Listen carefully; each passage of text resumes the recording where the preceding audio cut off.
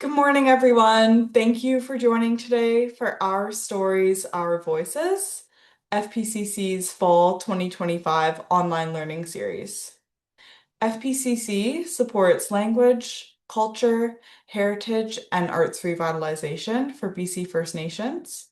One of our offices is located in the village of Waututh, also known as Sartlip near Brentwood Bay, and we also have an office in Tecumlip's to Secwepemc. My name is Leah Anthony, and I'm an arts program coordinator with the arts program, and I'm so excited to be here with you all today. I'm of the Tsleil-waututh band, as well as Portuguese on my mom's side, and English, Irish, and French Canadian on my dad's side. Today I'm calling in from the beautiful and unceded territory of the Musqueam, Squamish, and Tsleil-waututh nations. Please feel welcome to share where you're joining from in the chat and say a hello. This year, the FPCC Arts Program is hosting the online learning series, which is open to anyone involved in revitalization work to learn and be inspired by our webinar presenters. Today, I'm so looking forward to hearing from Faith and Salia of Host Consulting. FPCC has asked Faith and Salia to speak with you all today to affirm BC First Nations artists and to talk about what it means to uplift the visibility and voice of BC First Nations on their own lands. We're so grateful to have them share with us today and to provide insight into the important work that they're doing here on Musqueam, Squamish, and Tsleil-waututh lands. This session will be about an hour and a half, with the last 30 minutes being open for a question and answer period. If you do have any questions during the presentation, please do put them in the Q&A, which you can find at the bottom of your screen. And you're also welcome to share reactions with us through the reactions button. It's a great way to engage with the presenters. And I'm now going to be turning it over to Faith and Celia to introduce themselves and today's session. Tori. Great, thank you. I'm going to get started here. Okay, perfect. Can everyone see the slides okay? Want the slide? Great, excellent. Hasnat eoch tanoia, Salia Joseph Quiansnas, to hate a lot Quian Quishamin, Floyd Joseph, Squataquampton Siam, Eve Joseph Slan Altouch, a Rose Thomas, not Snanemo, Slan Settle, a Larry Joseph Squataquampton Siam Amen Llan Settle, not as Squamish. Nathan Man Quosen.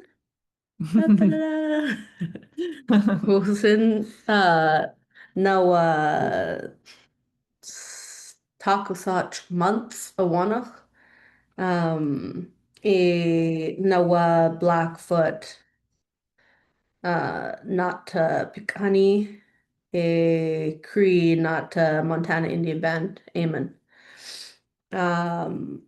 Slates Quinso Kayachint, Nam Eok Ach Musqueam, to Tsleil-waututh, Squamish Stomach, Nathan Chais Tamil, Chinquaman Tomi Tuknam to First Peoples Cultural Council, Quiz Welks.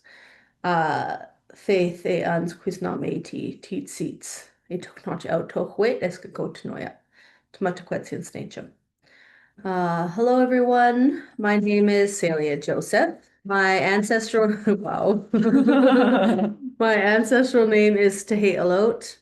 And that's my daughter in the background banging away. Her name is Quosen. And let's see. In 3 days, she'll be 7 months old. And my father is Chief Lloyd Joseph, and his father, the late Chief Larry Joseph, is Holtmish, and my late grandmother was from Nanaimo, Rose Thomas, and she's from Nanaimo. And my mom is Eve Joseph, and on her side, we're British and Jewish. And yeah, and then Quosin, my partner Joe, he is Blackfoot from the Piikani Nation, and he's also Cree from the Montana Indian Band. That's our story. And I'm the Squamish third of host consulting.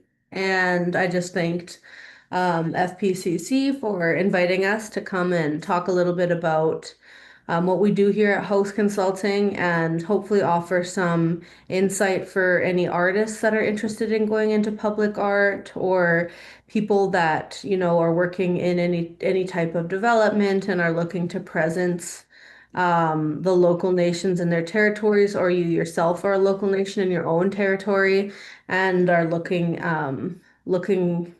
for ways to represent your own people and see yourself reflected back. Yeah, and I'll pass it over to Faith for her intro. Mine will be shorter. Siyam Nisiaya, Antha Faith Farrell Crawford, Tahwea Quanasquich, Talitsanat Musqueam, Aitanashqualwin Quetzalcoatl. Hi, everybody. My name is Faith Farrell Crawford. My ancestral name is Tahwea, and I am the Musqueam third of Host Consulting. This little girl has a lot to say. She wants to introduce herself. But we're really grateful to be here today to talk about our practice as public art consultants and to just share a bit of our experience of what we've learned over these years together, also even prior to being part of Host, but to being, students together at UBC, and just things that we've been thinking critically about, just as MST people in our own territories, trying to represent our designs and our stories and our sovereignty of this place. MST is in, for those not in the area, Musqueam, Squamish, Tsleil-waututh. So this is us. This is Host. We're a consultancy. We're relatively new in terms of how young we are as a company. We've been doing this work for about 5 years now, which is actually maybe not that new anymore. But we, along with our Tsleil-waututh third, Jade George, created this to really address a greater need of better representation of our people on our territories. And we wanted to make sure that all of our voices were present here. So we predominantly do public art consulting. So if an organization or a First Nation or a developer or a private investor want to commission art, then they go through a public art consultant to run that process. And so we go from anywhere from doing like a one-off installation with a business to a 10-year multi-million-dollar budget, multi-phased art plan rollout. And if an organization selects us to run the process, then we would, look at the budget, create an opportunity. If it was longer, like multiple options, we would create a public art plan, which just says which opportunities are rolling out at what time. And then we would do, potentially a public call out, and it gets circulated amongst our people because we predominantly work with our three nations. And then, have expanded to work with more like with other urban Indigenous peoples as well as broader Salish groups from outside of our territories.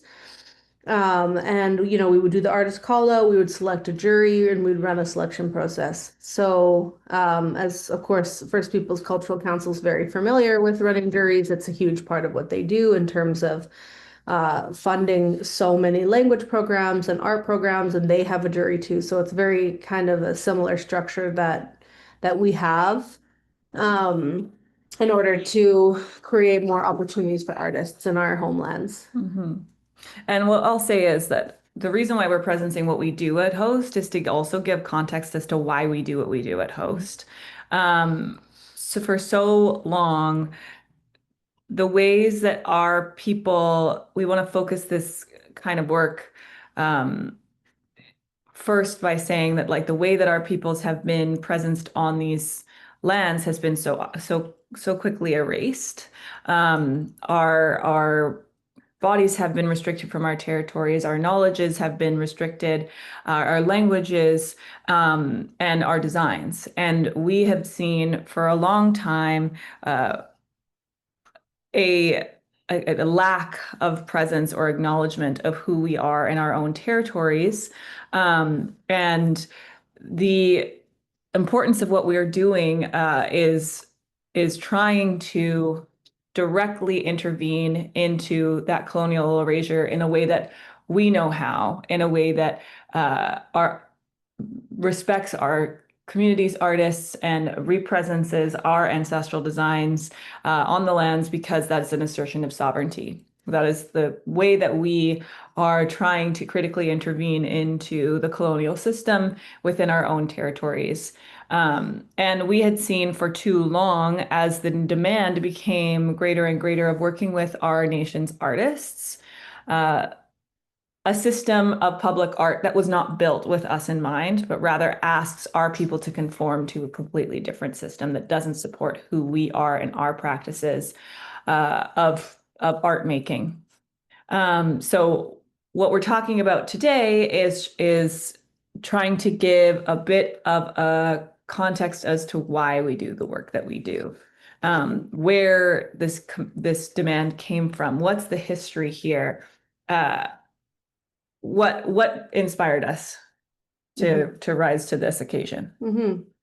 And I think this conversation following this slide gets into why we think this work is so meaningful, and why we think that municipalities and towns and cities making way for their host nations to be telling their own stories is so important. Is because we argue that public art and the presencing of our own design forms and our own cultures that come from who we are, it actually relates to our own sovereignty. And on the flip side of that, the erasure of host nations' design forms and storying and languaging, it actually tangibly creates to the erasure of a people, the erasure of our presence, the erasure of our history, but most importantly, the erasure of our futures and our piece of the pie in terms of directing what happens in our own unceded territories on stolen land. If you steal our narratives and our stories from us, then there's nothing left to create a public consciousness of where you are. So how we would like to explore how Vancouver has a history of erasing MST people from our territories and the purpose that that serves. So, in Vancouver, you have, you're in Musqueam, Squamish, Tsleil-waututh territory and Coast Salish territory, surrounded by many other neighboring Salish nations. And what they've done through, expos and the Olympics and, um, being one of the bigger, more recognizable cities in Vancouver, is they have rendered Vancouver kind of this like monolith, pan-Indigenous sort of just like cultural no man's land. Through, like, you land in the airport and you see, for a long time it was just like, Bill Reed and art from all up and down the coast, Inuit territory. It's like it's very kind of disassociated from the territory, and like they've been working on that with weavings and stuff, but it's still it can still be this dislocating experience. And then like Vancouver, it's like Stanley Park, it's Emily Carr, it's, totem poles from all up and down the coast that aren't from here, but, they're not plaqued, so they're not from here, but they're not from there. They're from anywhere. This is all of our this is all of our art. This is all of our culture and identity. You walk up and down Water Street in Gastown, and it's like totem poles and nukshooks on t-shirts, right? So they've blended this sort of use of this like pan-indigenous like coastal aesthetic that has so dislocated the public mindset of where they are, Mm-hmm. as well as, you know, relinquishing the like local governments and people from sentiments of accountability. Mm-hmm. And it also is a virtue signaling of look at how well we are treating Indigenous peoples in this territory. Look at how much we are showcasing their art. Everybody loves Indigenous art, but doesn't love Indigenous rights. So when you get specific and when we start actually looking at art as an action of sovereignty, as a way of presencing who we are on our own territories, and you actually get specific, you connect art to territory, art to place, art to host, then you have to start looking at what it means to be on stolen land. So it's very intentional. And that's something we really like to explore and we'll talk to more later. And so here we have like Canada 150, you know, this big celebration that Vancouver put on a number of years ago. And you know, a lot of the local nations were talking about like the response to that. I saw one that was like Squamish, like 20,000 or whatever, like thinking about like the thousands upon thousands of years that our people have inhabited these particular territories, and that this idea of like of Canada 150, this sort of colonial erasure of a very long-standing history that stories these our lands and every land, because all land is Indian land or Indigenous land. You know, it really was just an interesting turning point for like looking at more representation of our people in our territory. And so like there's the term terra nullius in Latin means empty land, and it was used as like a justification process for the colonization of Canada. So you have your first colonizers, your first explorers saying that this land is empty land because, you know, it wasn't privatized or farmed in a way that that they were used to seeing in, you know, France and England. And so when we think about modern day terra nullius, we look at the way that a city can relate to its host nation members and how they might look to erase them in order to legitimize their existence as a city. And in Vancouver, one of the ways that that has been done in a historical remembering of this place is through dislocating the host nation the host nation design forms and language from the territory and from the people that live here. So we already went over pan-indigenous. This is a definition for people that might not have heard the term before. But just to refresh, it's just rendering all Native people the same, not affording nations uniqueness, particularly sovereignty. And that's what matters, not just that people know where they are. That's not what we're not looking for recognition of existing. We're looking for like actual sovereignty and actual says, like an actual say and and Authority. directional authority in our own territory and what happens to it and on it. Yeah, so Salia has spoken a bit more broadly about what has happened here, why this tactic is in play, and that when you do this, when you create this homogenized coastal native identity that you are able to render this land hostless. You're able to dislocate yourself from the responsibility you have to be in relationship with your hosts. And to be in relationship with the lands here. And it makes it just so much easier to forget that this land is unceded, that this land is stolen. It's a very, very poignant tactic of kind of a smoke and mirror that is done either intentionally or unintentionally by the colonial body to say, we're doing so well with our natives, but don't ask us about actually what's happening with regards to sovereignty. And then that also leads us into another way in which our own people have been, like in our culture has been like undercut and threatened in our own territories is the specific case study in Coast Salish territory around the devaluation of Salish art.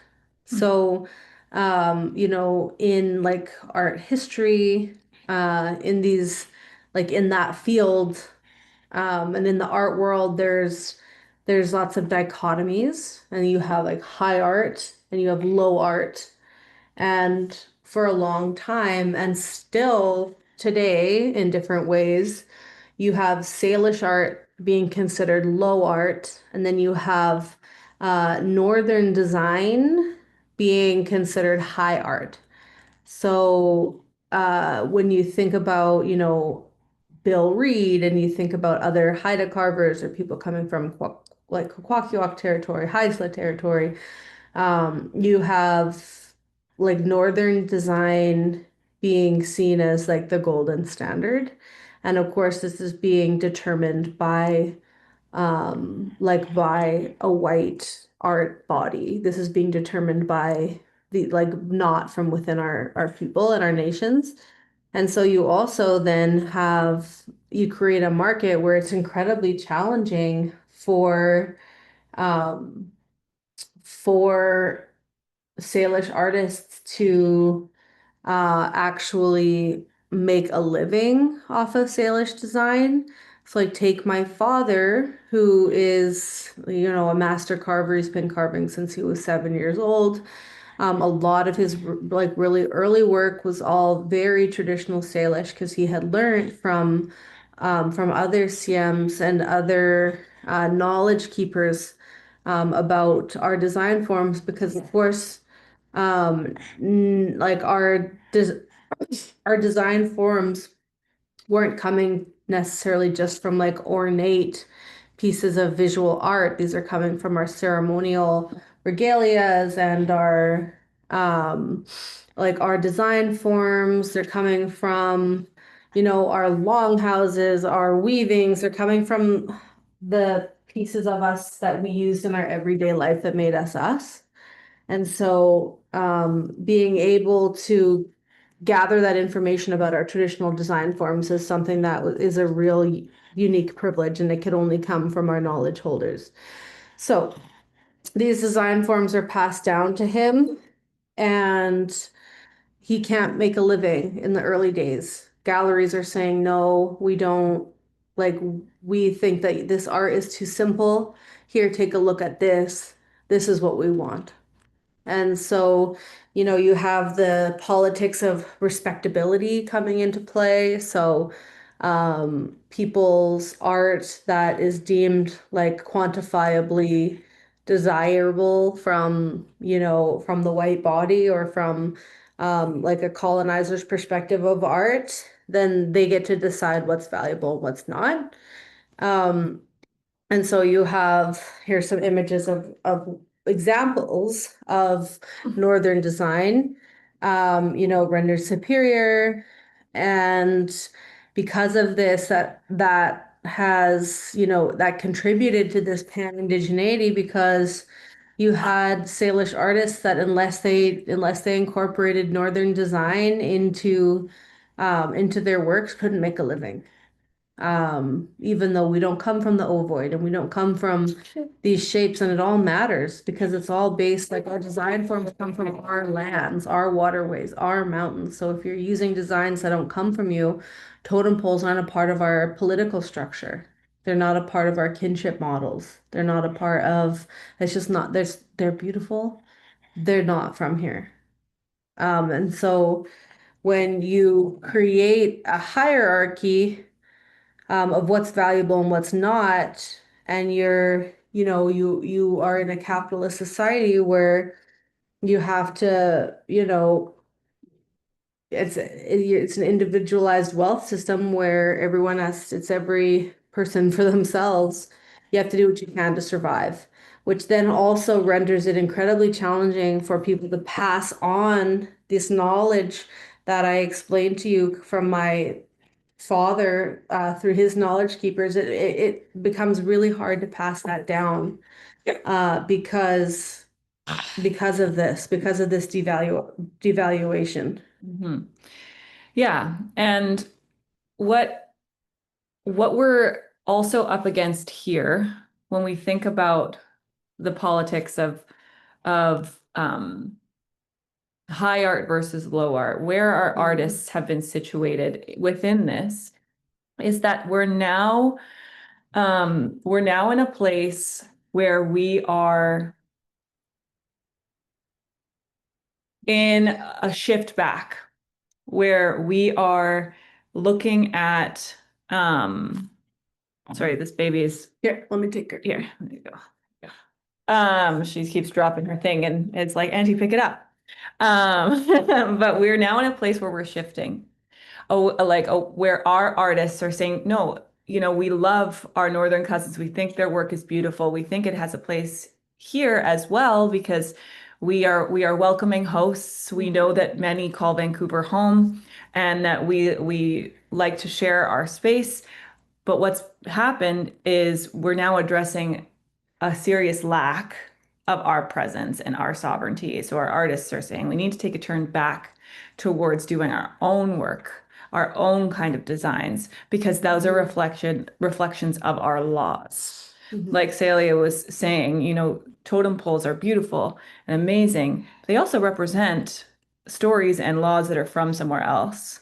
And we don't have that here. And when we start to think about art, less from a colonial standpoint of this thing that is just ornate and decorates our territories, and that is just simply ornamental, something that's not quite necessary.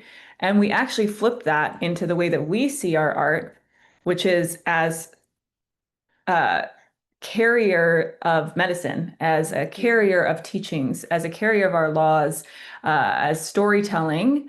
And we see that it has a function instead of just being ornamental. That's where we get a disconnect. And that's where our artists are trying to address. And so we are in a place where we were seeing so much demand now coming to Musqueam, Squamish, and Tsleil-waututh people, artists in our communities, and saying we want to work with you, we want to work with you, we want to work with you, but on our terms. And seeing her father, my aunts, my cousins, Jade's family, all of us watching our artists kind of struggle to get by because so much of this hold on, devaluation of Salish art is still carried into today. We're addressing a serious lack of understanding. We see our artists struggling so hard, and the value being put on our artwork is so not reflective of the amount of time and effort and knowledge that has gone into that practice, and an endangered practice at that. One that, they had to fight when there was no market for it to just keep it going, to be able to transmit knowledge. And those are not considered when folks who are wanting to buy a weaving or wanting to buy for their beautiful mansions in Vancouver or in the city of Vancouver somewhere, wanting to have a house post to put up on their territory, one that is relevant here, one that is reflective of the territories here, but then turn around and say, we'll give you $20,000 for that. That barely covers the log. Mm. And that kind of carries over. And our artists are still struggling to make a living. Even though there's so much more opportunity, those opportunities are not built with their practices in mind, and are still carrying over those types of attitudes about Salish art, about what it's worth. And that's getting to the meat of why our own recognition in our own territory matters, not just because, okay, the people that are living here are directly benefiting off of the dispossession of our people. It's not even about like filling the plates and keeping a roof over the head of the individual artists. That's important, but it actually is like decolonization and restitution of rights for Indigenous people and sovereignty. It's not just about like a municipal body. It's not just about the city of Vancouver, but it's about working and creating a consciousness in the minds of people that live here that you are on stolen land. You are in the territories of Musqueam, Squamish, and Tsleil-waututh. Our great grandparents were born in Stanley Park, and their longhouses were lit on fire in and they walked the earth at the same time we were born. That's how recent this history is. That's how important it is for us to have a say in our own territory on stolen land. So it is not a neutral thing to story this land with the belongings of everybody else at the expense of a public understanding of our own sovereignty and unceded territory. So this is a long, winded way of getting to why this matters so much. And it's not, of course, as we mentioned earlier, all land is native land. All municipalities have a host. All municipalities, are existing at the expense of the people with whom had to be dislocated from their land actively for them to be there.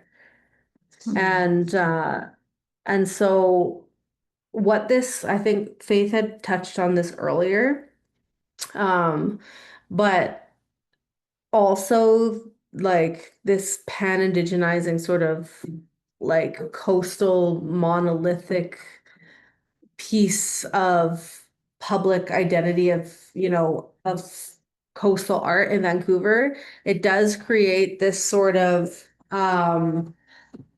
it does create like this hyper visibility model. There's like in different parts of Canada, in different parts of the province, even from municipality to municipality, you can have these issues of like hyper visibility or hyper invisibility of Native people. So this hyper invisibility, you have this sort of like the Native people are fully out of the public consciousness. They're in the past if they're at all, and they're hyper invisible. And then you also, what Faith was touching on was this hyper visibility. So you have like this like sort of tokenizing view of Indigenous people like Vancouver, where it can make it look like a post-racial, post-colonial, post-society or post everything society. This land is your land, this land is my land, this land is no one's land, this land is all of ours. And these types of high contrasts can exist. And from that, okay, baby, doing presentations on mat leave, it's a little bit of a dance. So this dichotomy can be really damaging because maybe just grab her, Faith, and I can grab her once you talk. This type of dichotomy, neither of them are offering like our reinstitution of our sovereignty. Neither of them are our rights. Neither of them is land and the restitution of stolen land. And the reason why we bring that up, this hyper visibility, is to is to bring it to public consciousness, is because, like I said, it's a really good smoke and mirror. It's a really good tactic of being able to say we have done the hard work.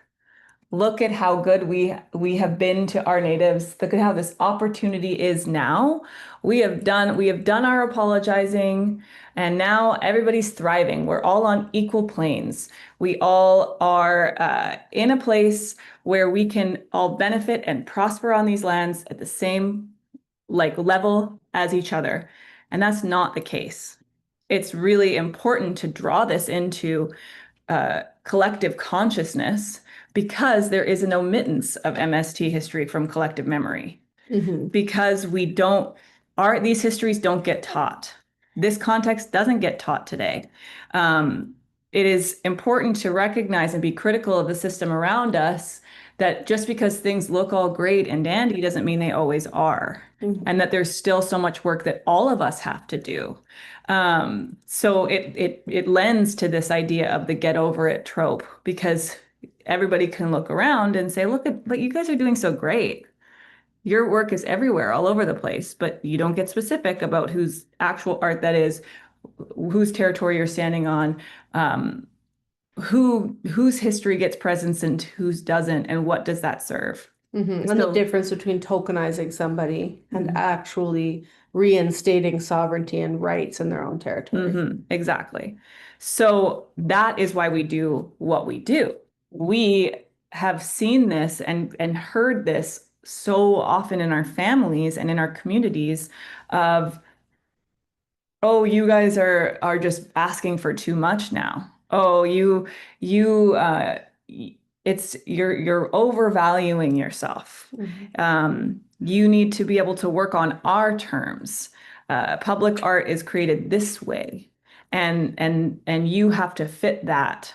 And we're not in the business of doing that. We're in the business of trying to bring this all to the forefront and actively intervene into systems that are not serving our communities and not serving the collective effort we are making towards our sovereignty. So people will say, in order to try to understand what we're doing, people will ask why. Why do we do this kind of work? And it's because we really see this as an era towards returning towards our own self-government, and our designs being represents means that our ancestors, when they walk around here, actually get to see themselves again. And our laws are being brought forward through story, even if people who are not from our territories don't understand that. We're represencing medicine and asserting our rights. And so I think the bread and butter of this part of of this part of the conversation, in terms of public art as land back, is really just rendering tangible how important public art is beyond the individual artist and even beyond the individual nation, because the more as nations in our own territories we're presenced in a way, it almost becomes incontrovertible evidence of unceded territory and our ancestral rights.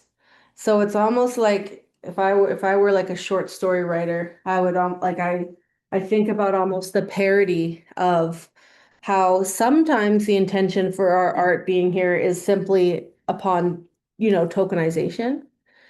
Sure, tokenize us, make some opportunities for individual artists, but it's almost like we're biding our time by filling our territory with all of our legal structures that show that this is sovereign. It's almost like through public art we're biding our time into it looks like we're just looking for opportunities for our nations and our artists, but we're actually looking for sovereignty. And we're making our case in terms of people recognizing over and over again This is Musqueam, Squamish, Tsleil-waututh land. All these organizations and businesses recognizing that.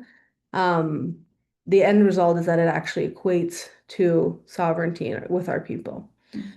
So we have a little bit more time, and so before we go to question and answer period, we just wanted to talk a little bit about how we actually like to do this through our practice as public art consultants.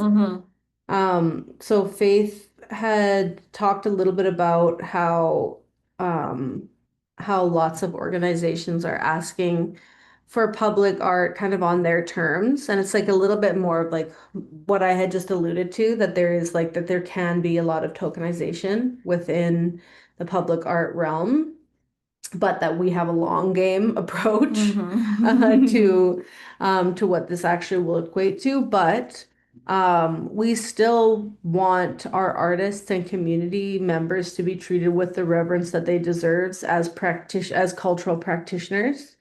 As you know, in terms of my other hat that I wear in my career is as a language learner and advocate. And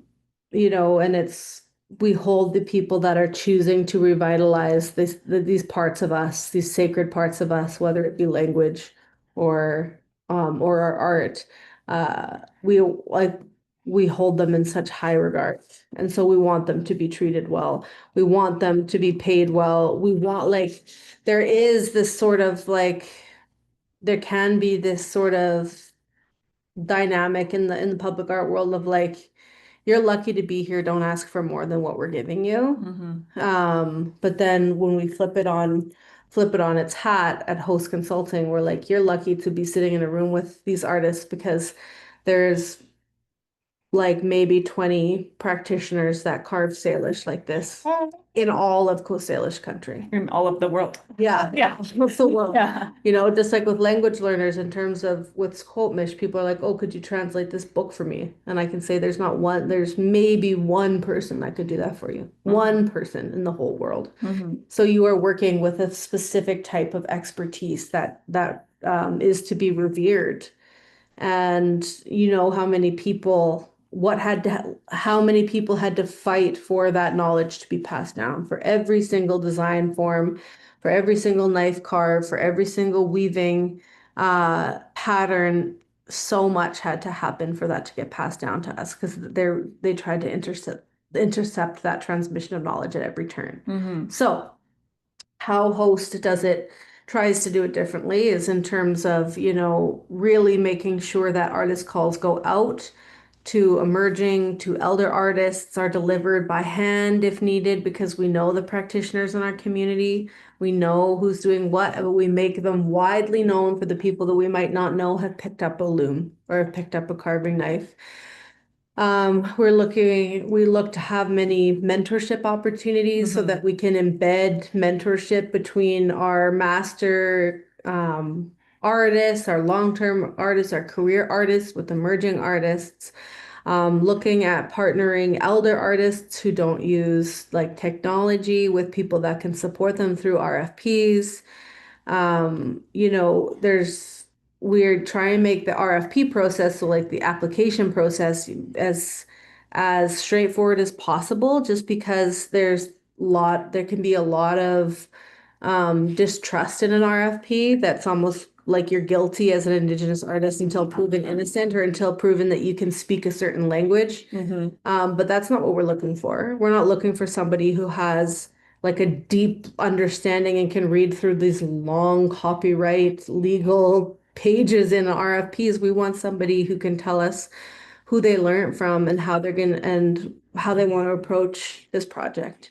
So we want to strip it down so we can speak directly to Salish people. And beyond that, before we even get to the point where we're releasing a call, something that we are really trying to adapt always is an artist-led approach. That starts at planning. Like I said before, often public art has been looked at as ornamental, as a service to be provided to make a development beautiful. But should be easy, should be quick, should have a very A, B, C, D, E, F, G process, and is built off of colonial norms and really ultimately built off of how much can I get for my, like, how much bang can I get for my buck? Mm-hmm. And we are not in the business of supporting that. What we're looking through when we're saying, okay, we're trying to address all of this context that we just gave you, the devaluation of Coast Salish art. We're trying to address sovereignty. We're trying to re-embed medicine back into our territories and stories and language. How does that come to the forefront when we're even just planning a site in public art? It takes a lot of critical intervention. It takes looking at a site holistically and saying, okay, what does this need? What does our community need? How do we serve all of this and take it into the planning? So we try to follow artists' leads about what they need first. And that looks like embedding mentorship into programs in a way that doesn't always have some sort of tangible output, that the public art becomes process instead of product.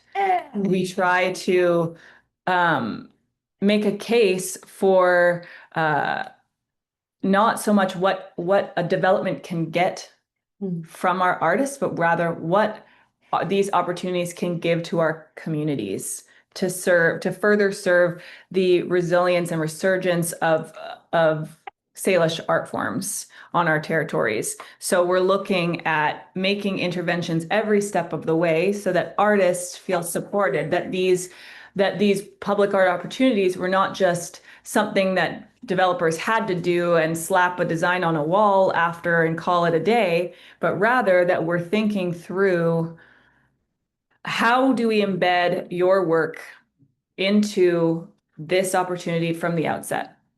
How do we build a development, for example, around your work?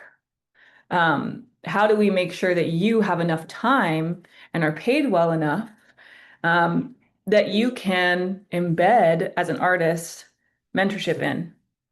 For so long, carvers, for example, would get a very small fee. Most of it goes towards actually purchasing a log, barely paying for their labor. And then they're asking mentees to come on, basically take time out of their busy day where they need to make a living, to come learn. And people, and our people were doing it and are doing it all the time because we love our practices that much. We see the value in these teachings, but what we're trying to do is say, oh, you don't need to we don't want you to have to struggle this hard in order to actually make it as an artist. You're doing a service and providing medicine to us. The least we can do is actually try to have you be paid for that work. So trying to embed mentorship into these structures so that a mentor and a mentee can be paid to learn and to transmit knowledge, that might not look tangible to a developer. They might say, well, I'm still getting the same pull as I would if I just hired that one artist. And we're saying, it doesn't matter. You're working with our communities. We want you to give to our communities because for so long we've just been taken from. And because you're developing multi-billion dollar, you know, infrastructures on our territories. So the least that we can do is try to figure out a way to make sure that there's benefit to our artists because they've done so much, fought so hard to just do what they do. How can we make this easier for them?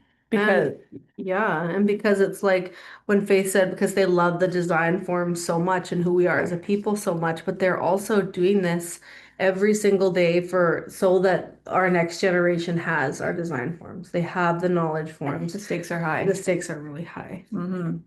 Yeah, we have for so long been on this brink of losing so much. And now we're trying to rebuild and rebuild and rebuild our stores so that it can flourish and for baby Quosen to one day be able to pick up a knife and say, my grandfather passed this knowledge on to my mom and my dad, and now I know how to whittle a knife because of him. And he didn't have to struggle so hard to do it. And she won't have to. It's really critical for us. Like we present, we're always thinking of our next generations. We can't separate ourselves from that. And it's really important that when we are doing this work, we're actually embedding that. We're embedding community into it. And that's land back. That's the way that we are seeing public art. People get so scared of the term land back and how it might unfold. But really, it's just give us the keys back. Give us our authority. Let us make decisions in our own territory, because Salia really says this, and it always rings true to me, is that the people who know these territories best and hold the keys to longevity of a place are the ones who've been here the longest. And our people have been here forever, living in relationship with each other, studying these lands, where these designs came from, these emerged from. So we're trying to re-presence them back and show the land that we love it and take care of it in any way that we can. Yeah. Okay, well, I think, we're able to walk through who we are and a little bit about what public art is, a lot about why it matters to us and how it relates to, our sovereignty and our rights as people in the territory. And yeah, that's the summary. And now we have time for questions, but I think it might be good to do a 5-minute break just before we get on to questions. There's a lot to be talked at for an hour. And it's a lot to look at this adorable baby for one whole hour. And yeah, we'll do a 5-minute bio break, and then if you need to make some time to think of your question, then please do so, and we will see you back at 11. Sound good? Sounds great. Awesome. See you back in just a few minutes.